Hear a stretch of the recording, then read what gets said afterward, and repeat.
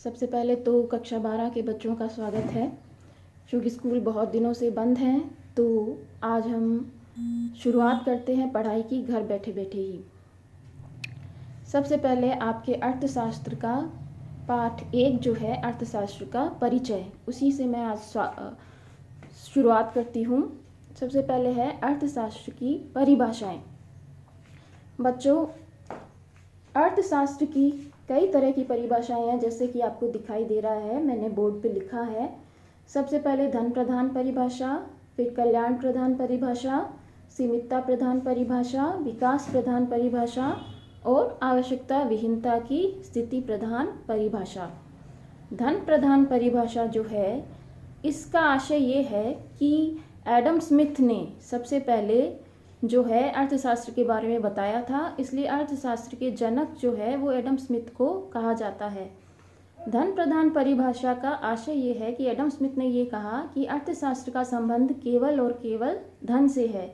धन का कैसे अध्ययन किया जाए, धन को कैसे घटाया बढ़ाया जाए, धन कैसे कमाया जाए, धन किन किन साधनों से अर्जित किया जाए, उसमें मानव से कोई रिलेशन नहीं था। उनका अर्थशास्त्र से सारा का सारा तात्पर्य केवल धन से था।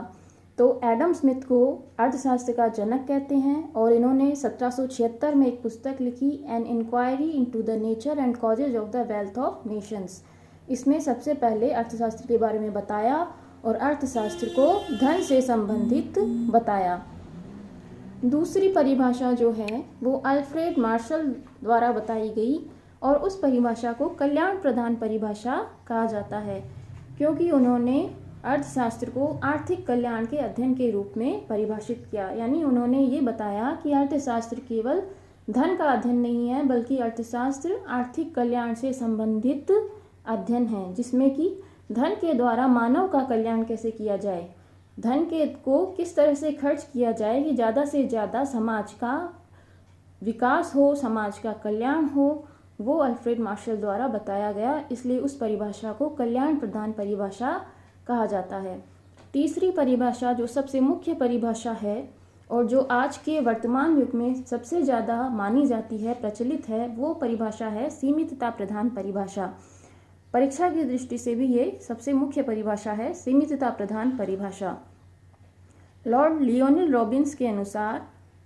लियोनिल रॉबिन्सन द्वारा ये परिभाषा दी गई और उन्होंने बताया कि चूँकि मानव की आवश्यकताएं असीमित हैं, अनंत है, और उनको पूरा करने के लिए जो साधन हैं वो सीमित हैं, इसलिए असीमित आवश्यकताओं को सीमित साधनों द्वारा पूर्ति हेतु चयन प्रक्रिया से संबंधित अध्ययन अर्थशास्त्र कहलाता है। यानी कि आप खुद ही समझ सकते हैं कि हर मानव की आवश्यकताएं असीमित होती है। आपके दैनिक जीवन में आप स्वयं का मूल्यांकन करोगे तो आप पाओगे कि आपको असंख्य चीज़ें चाहिए, कपड़े, खाने की चीज़ें, कपड़े पहनने के लिए आपकी इच्छाओं का कोई अंत नहीं होगा। फ़ोन, टीवी, कूलर, जो भी है, आपको जितनी भी आवश्यकताएं हैं आपकी वो असीमित है, उनको आप गिन नहीं सकते। और इनको पूरा करने के लिए साधन, यानी कि वर्तमान युग में मुद्रा जो है वो सीमित है। आपका स्वयं का उदाहरण लोगे तो आप ये अपनी आवश्यकताओं की पूर्ति किससे करते हो? मुद्रा के द्वारा। लेकिन मुद्रा जो है आपके स्वयं की जो इनकम है या आपके पापा की इनकम है वो लिमिटेड है, सीमित है। तो साधन जो है वो हमेशा सीमित होते हैं। अगर संपूर्ण विश्व की दृष्टि से देखा जाए तो यहाँ पे मुद्रा नहीं होती, बल्कि जो उत्पादन के साधन हैं वो सीमित होते हैं। जैसे श्रम, पूंजी और उद्यम, ये जो साधन हैं उनके बारे में बात की जा रही है कि वो सीमित हैं। और इन सीमित जो साधन हैं उनके द्वारा अपनी असीमित आवश्यकताओं को किस तरह से पूरा किया जाए, उस चयन प्रक्रिया का जो अध्ययन है वो अर्थशास्त्र कहलाता है। यानी हमें चुनाव करना पड़ेगा कि कौन सी आवश्यकता को पहले पूरा किया जाए और कौन सी आवश्यकता को बाद में पूरा किया जाए।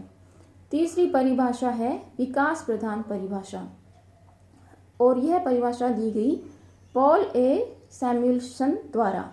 पॉल ए सैमुएल्सन जो कि एक अर्थशास्त्री हुए थे, उन्होंने कहा कि अर्थशास्त्र जो है वो समाज के विकास से संबंधित है। किस तरह से मानव का, समाज का विकास किया जाए, वो जो है अर्थशास्त्र का काम है और वही अर्थशास्त्र कहलाता है। जो अंतिम परिभाषा है वो प्रोफेसर जे.के. मेहता द्वारा दी गई है और उसे कहते हैं आवश्यकता विहीनता की स्थिति।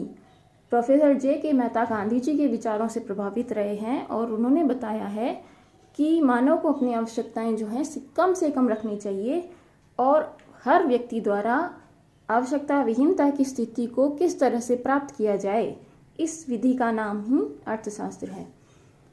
तो मैं फिर से रिपीट कर देती हूँ। आज के लिए अर्थशास्त्र की परिभाषाएं: धन प्रधान परिभाषा, कल्याण प्रधान परिभाषा, सीमितता प्रधान परिभाषा, विकास प्रधान परिभाषा और आवश्यकता विहीनता की स्थिति प्रधान परिभाषा।